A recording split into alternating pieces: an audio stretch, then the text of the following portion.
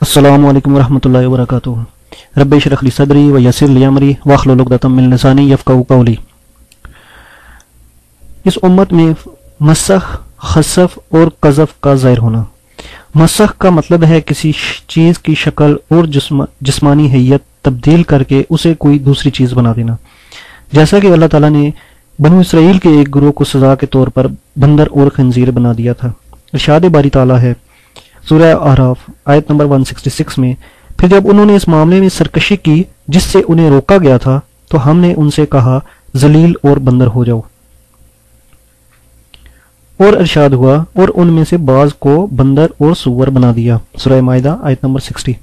خسف کا مطلب ہے زمین کا پھٹنا اور جو کچھ اس کے اوپر ہو اس کو نگل لینا۔ قذف کا مطلب ہے آسمان سے پتھروں کی بارش ہونا، جیسے کہ شعیب علیہ السلام کی قوم کے ساتھ ہوا۔ جب اللہ تعالیٰ نے ان کو سزا دی تو آسمان سے ان پر پتھر برسائے، یا جس طرح اللہ تعالیٰ نے ابرہ اور اس کی قوم کو سزا دی جب وہ کعبہ کو گرانے کے لیے آئے، اللہ نے ان پر کنکریاں برسائی۔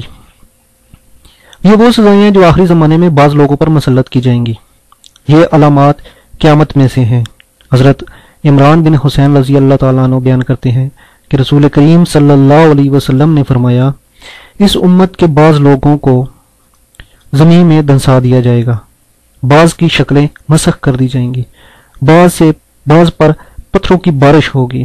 مسلمانوں میں سے ایک شخص نے سوال کیا، اے اللہ کے رسول صلی اللہ علیہ وسلم، یہ چیزیں کب ہوں گی؟ رسول اللہ صلی اللہ علیہ وسلم نے جواب دیا، جب گانے والیاں اور آلات موسیقی بہت ہو جائیں گے اور لوگ شراب پینا شروع کر دیں گے۔ جامع ترمذی حدیث نمبر 2212۔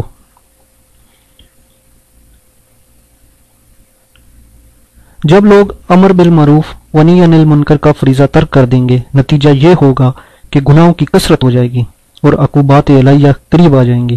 حضرت عائشہ صدیقہ رضی اللہ تعالیٰ عنہ بیان کرتی ہیں کہ رسول کریم صلی اللہ علیہ وسلم نے فرمایا، آخری زمانے میں اس امت میں حسف، مسخ اور قذف کے واقعات ہوں گے۔ میں نے عرض کی، اے اللہ کے رسول، کیا ہم نیک لوگوں کی موجودگی میں بھی ہلاک کر دیا جائے گا؟ آپ صلی اللہ علیہ وسلم نے فرمایا، ہاں، جب فسق و فجور کی کثرت ہو جائے گی۔ جامع ترمذی حدیث نمبر 2185۔ نبی کریم صلی اللہ علیہ وسلم نے یہ بھی خبر دی کہ یہ خسف، مسخ اور قذف ان لوگوں پر واقع ہوگا جو اہل بدعت اور صحیح عقیدے کے مخالف ہوں گے، جیسا کہ زندیق لوگ یعنی اہل الحاد و نفاق اور فرقہ قدریہ وغیرہ۔ یہ لوگ اللہ تعالیٰ کی اس تقدیر کی تکذیب کرتے ہیں جو اس نے اپنے بندوں کے افعال کے لیے مقرر فرما رکھی ہے۔ حضرت نافع کہتے ہیں کہ ایک دفعہ ہم حضرت عبداللہ بن عمر رضی اللہ تعالیٰ عنہ کے پاس بیٹھے تھے۔ ایک شخص آیا اور کہا، شام کے فلاں شخص نے آپ کی خدمت میں سلام عرض کیا۔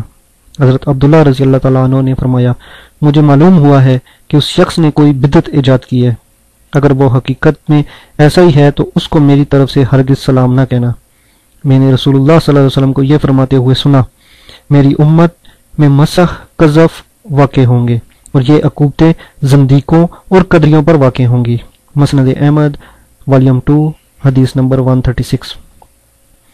دوسری روایت میں اس طرح بھی آیا ہے، خسف اس لشکر پر ہوگا جو آخری زمانے میں کعبے کو گرانے کے لیے آئے گا، مگر اللہ تعالیٰ ان تمام لوگوں کو زمین میں دھنسا دے گا۔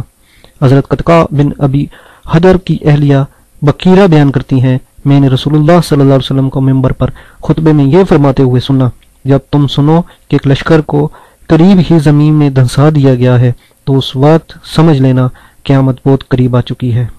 مسند احمد والیوم 6 حدیث نمبر 378۔ قریب ہی دھنسا دیے جانے کا مطلب یہ ہے کہ اس لشکر کو سرزمین مدینہ کے قریب ہی زمین میں دھنسا دیا جائے گا۔ اس لشکر کا حال، اس سلسلے کی آخری بات یہ ہے، یہ سزائیں نافرمانوں پر نازل ہوں گی اور ان پر بھی جو ان کے گناہ دیکھ کر خاموش رہیں۔ ایک مسلمان شخص کو اس امر سے ہوشیار رہنا چاہیے۔